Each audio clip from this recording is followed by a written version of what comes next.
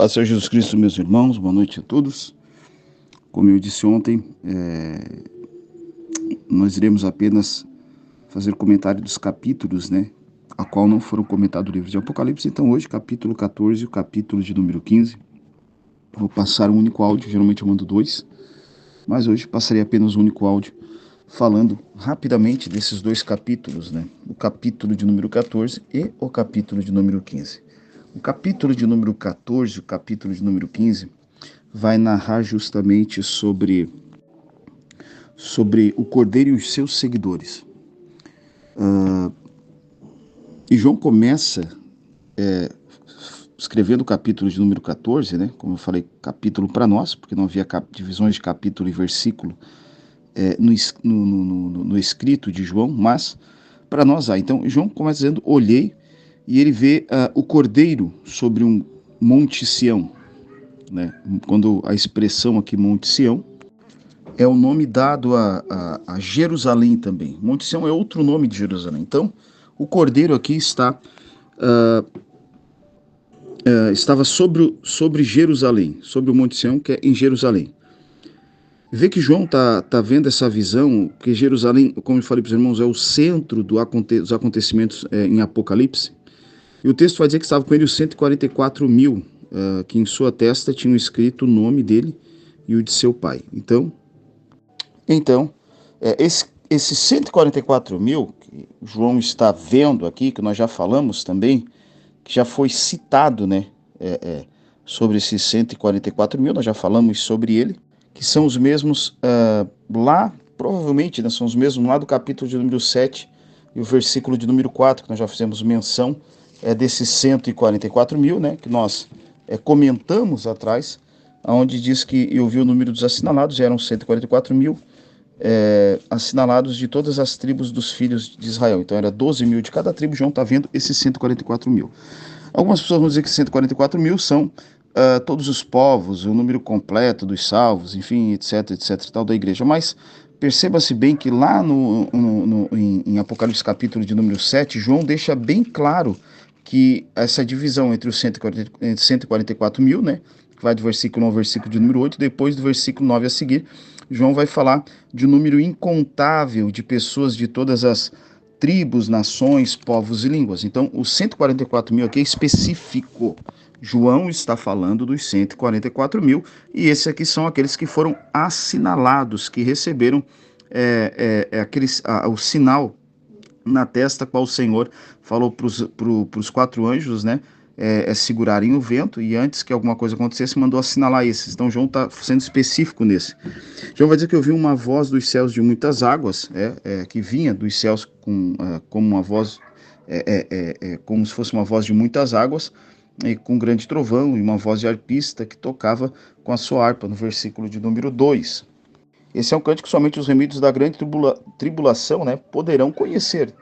Então João não faz menção desse cântico, como é o cântico, mas são que estarão lá, e esses conhecerão. Então esses 144 mil também são, como falamos, são as primícias. Alguns dizem que ele pode estar fazendo referência como os primeiros que foram salvos durante a grande tribulação.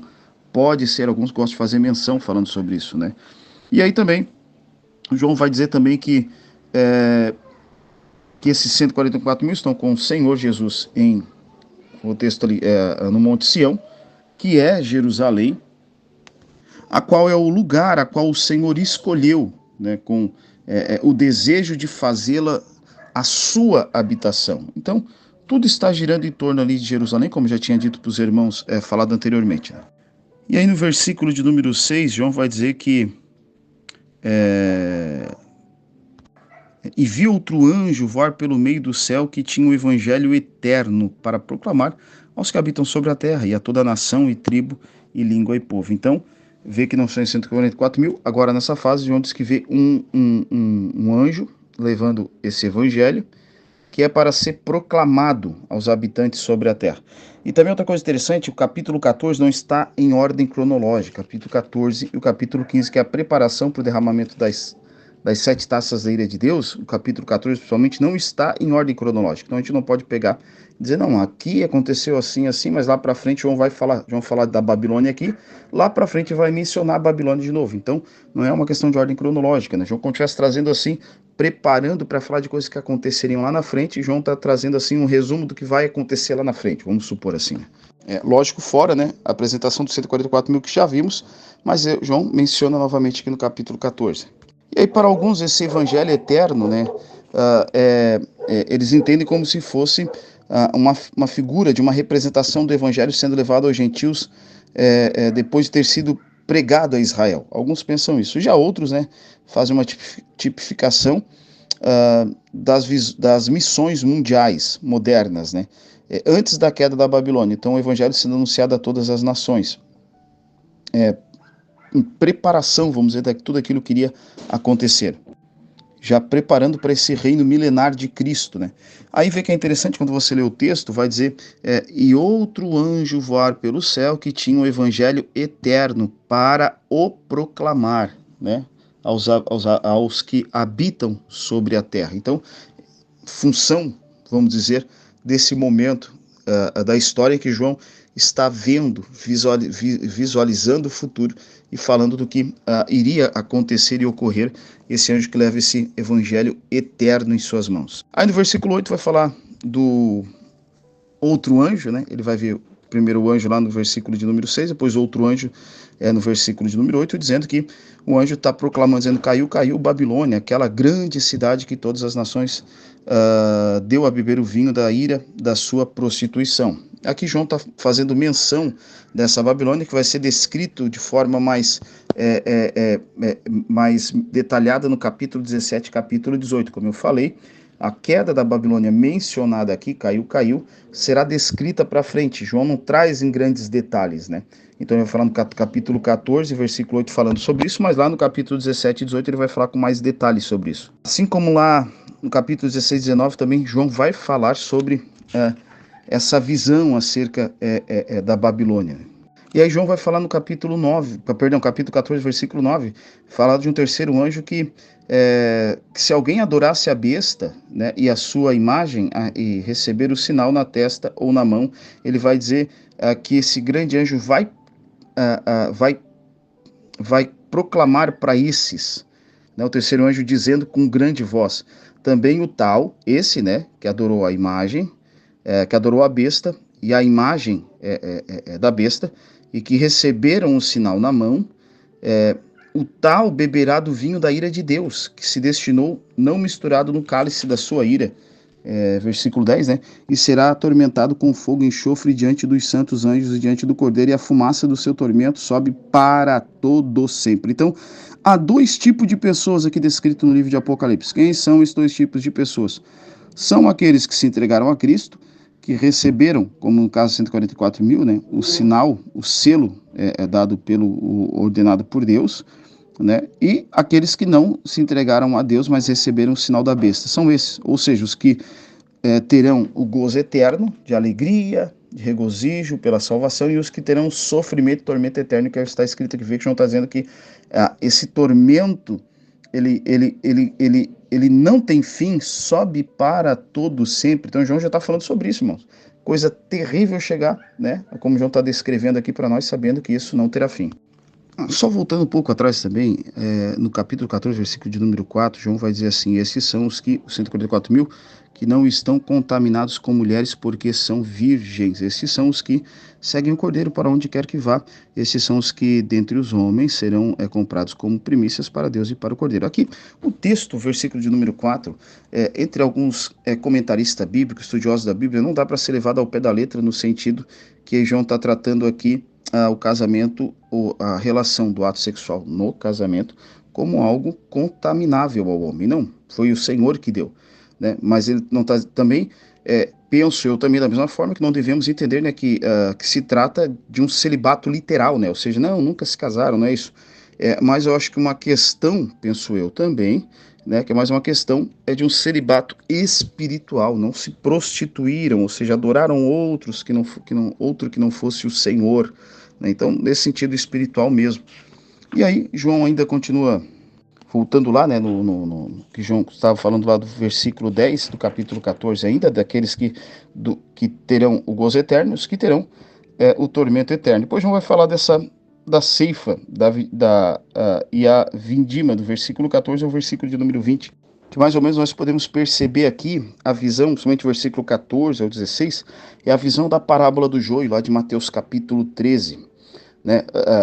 Tanto essa quanto a de Mateus, né, está trazendo esse retrato da colheita final, né, dos eleitos, e depois do versículo 15, João vai trazer mais ou menos aquilo que está lá em Joel capítulo 3, versículo 13 e 14 também. Essa colheita da raça humana, da ira de Deus. Vê que eles serão lançados no lagar da ira de Deus. Versículo de número 19, lançou-os no grande lagar da ira de Deus. Se lançou no grande lagar da ira de Deus, não quer dizer uma questão de salvação. Aqui é de punição, é de juízo que João está falando dessa colheita, quando o anjo passa para arrancar aqui, como ele está dizendo aqui, envidimou as uvas da vinha da terra. Então, é nesse sentido. Aí, o capítulo de número 15, né, a preparação para as 7 taças da ira de Deus. João está preparando, depois, a partir do capítulo de número 16, ele vai começar a falar sobre o derramamento das 7 taças da ira de Deus. Vai trazer algumas figuras, alguns símbolos aqui, como o mar de vidro misturado com fogo. João vai falar também dos santos da tribulação, os que morreram, mas venceram a besta, né? E que estão de pé no mar de vidro, quando ele começa falando aqui para nós, e vi como um mar de vidro misturado com fogo, e também os que saíram vitoriosos da besta e da sua imagem, ou seja, os que morreram por amor a Cristo, vitoriosos, porque a morte não é o fim para o cristão, não é o fim para o cristão, mas também é o veículo que nos leva a nos encontrarmos para a eternidade com o nosso Senhor. Então João está olhando, tendo essa visão desses. Vai falar desse cântico de Moisés, assim como eles atravessaram lá o Mar Vermelho, depois tiveram um cântico de adoração a Deus, enfim, de júbilo. Está falando nesse sentido de um cântico de vitória, de júbilo diante do Senhor. E versículo 7 ele vai falar que um dos animais deu aos 7 anjos 7 salvas de ouro, cheias da ira de Deus, que vive para todo sempre. E nós vamos ver aqui as 7 taças da ira que será derramado sobre a terra, do versículo 16, capítulo 16, perdão, vai falar sobre esse derramamento das 7 taças. E o versículo 8, João vai dizer que o templo encheu-se com a fumaça da glória de Deus e do seu poder, e ninguém podia entrar no templo até que se consumasse as 7 pragas dos 7 anjos, ou seja, até que fosse derramada as 7 pragas dos 7 anjos. Alguns vão dizer aqui, interessante até essa interpretação, de que talvez possa ser para que ninguém intercedesse, ninguém aparecesse para, vou usar a expressão, rogar, clamar, para aqueles a qual seria derramada as 7 taças da ira de Deus. Da mesma forma, da mesma proporção que o amor de Deus transborda, da mesma forma também a ira de Deus transborda. E o cálice transbordou, e o Senhor derramará. Da mesma forma que Deus ama, da mesma forma o Senhor também tem ira. E o Senhor derramará dessa ira sobre aqueles que o negaram e não aceitaram a sua palavra. Então, qualquer dúvida acerca desses 2 capítulos, é um resumo muito breve, não dá para sermos muito específicos, né, ou muito detalhista por causa do nosso tempo, tá bom? Que Deus abençoe, fique na paz do Senhor Jesus Cristo. Qualquer dúvida, só envie sua pergunta.